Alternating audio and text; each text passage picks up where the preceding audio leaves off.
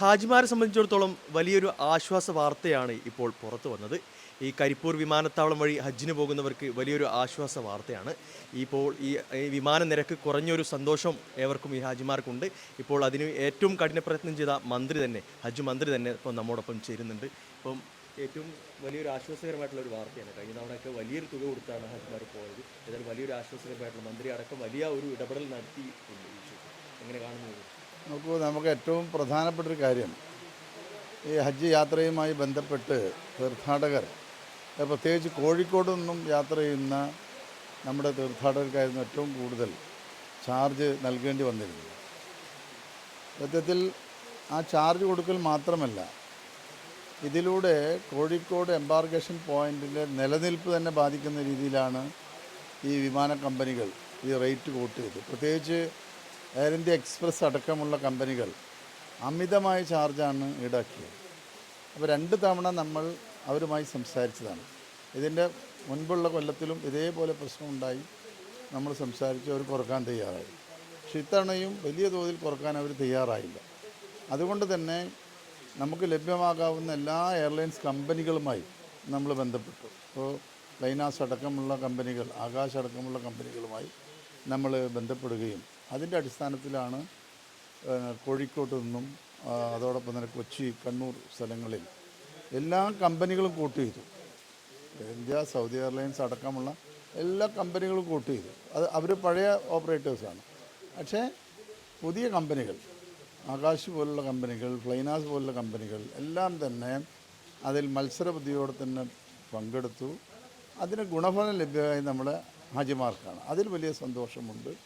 ഇപ്പോൾ കോഴിക്കോടിൽ മുമ്പത്തേലും നല്ല രീതിയിൽ പണം കുറഞ്ഞിട്ടുണ്ട്. പക്ഷേ ഒന്നുകൂടി കുറയേണ്ടതുണ്ട്.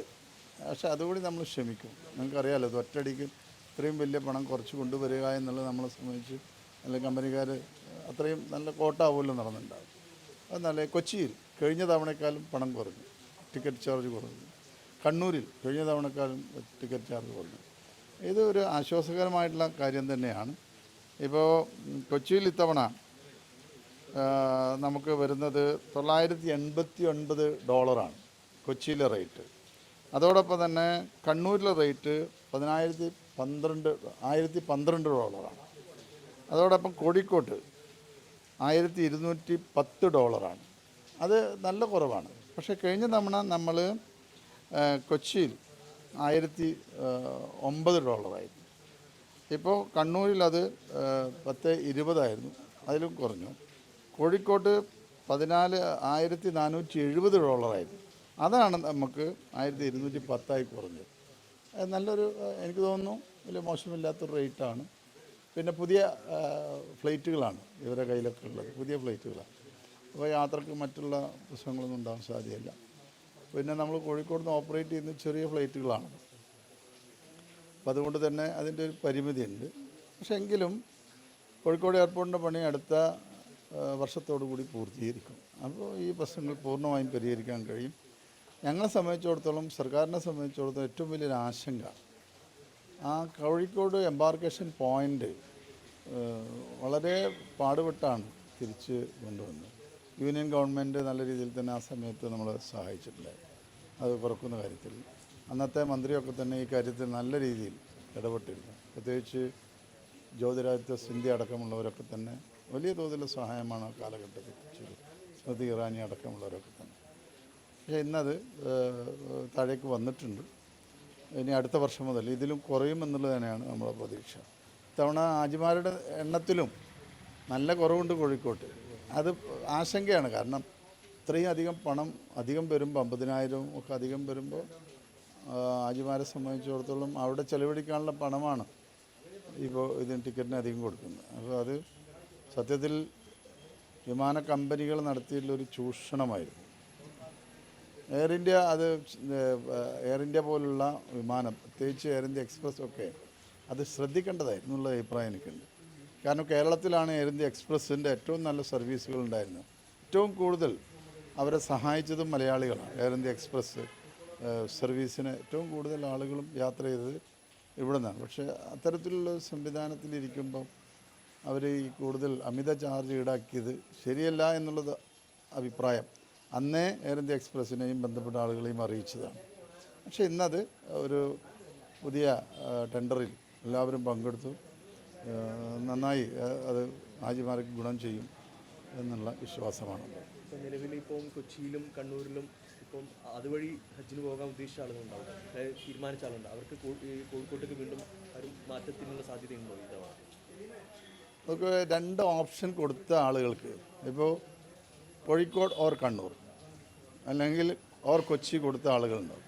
2 ഓപ്ഷൻ കൊടുക്കാം.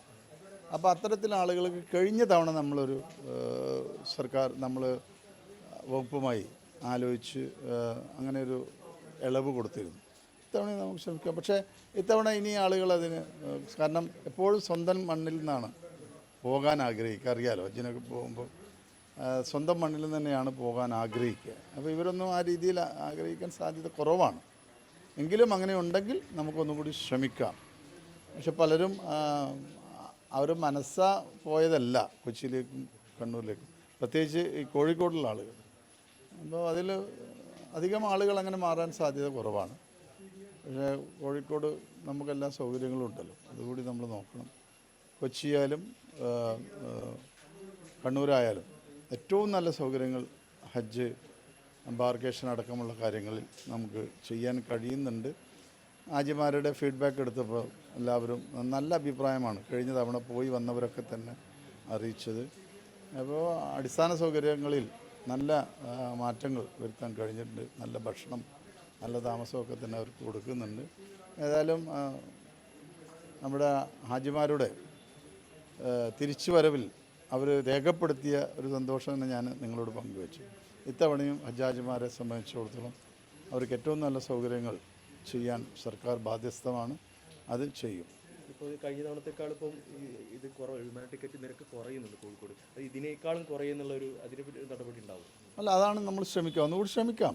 നമുക്ക് എയർലൈൻ കമ്പനിയുമായി എയർ കിലോമീറ്ററിൻ്റെ കാര്യത്തിൽ ഒന്നുകൂടി സംസാരിച്ച് നോക്കാം. അപ്പോൾ എയർ കിലോമീറ്റർ നോക്കുമ്പോൾ കോഴിക്കോട് നിന്നാണല്ലോ കണ്ണൂരങ്ങടെ കുറവ്. കാരണം നമ്മൾ ഗോവ, ഗുജറാത്ത് ആ റൂട്ടിൽ ഒമാൻ വഴിയാണല്ലോ സൗദിയിലേക്ക് പോകുന്നത്. അപ്പോൾ അതുകൂടി ഒന്നുകൂടി സംസാരിക്കണം. ഏതായാലും ഇപ്പോൾ ഉള്ളതിൽ സന്തോഷമുണ്ട്. ഇനിയും കുറയണമെന്നാണ് നമ്മൾ ആഗ്രഹിക്കുന്നത്. ശ്രമിക്കാം. ഈ കേന്ദ്ര സർക്കാരുമായിട്ടുള്ള ഇതിലുള്ള ഇടപെടൽ എങ്ങനെയായിരുന്നു? ഇതിൽ വെല്ലുവിളി എന്തായിരുന്നു? അല്ല, അവരും കൂടി സഹായിച്ചിട്ടുണ്ട്. നമുക്ക് കൂടുതൽ കമ്പനികളെ ഉൾപ്പെടുത്താൻ കഴിഞ്ഞതുകൊണ്ടാണല്ലോ ഒരു മത്സരം വന്നത് ടെൻഡറിൽ.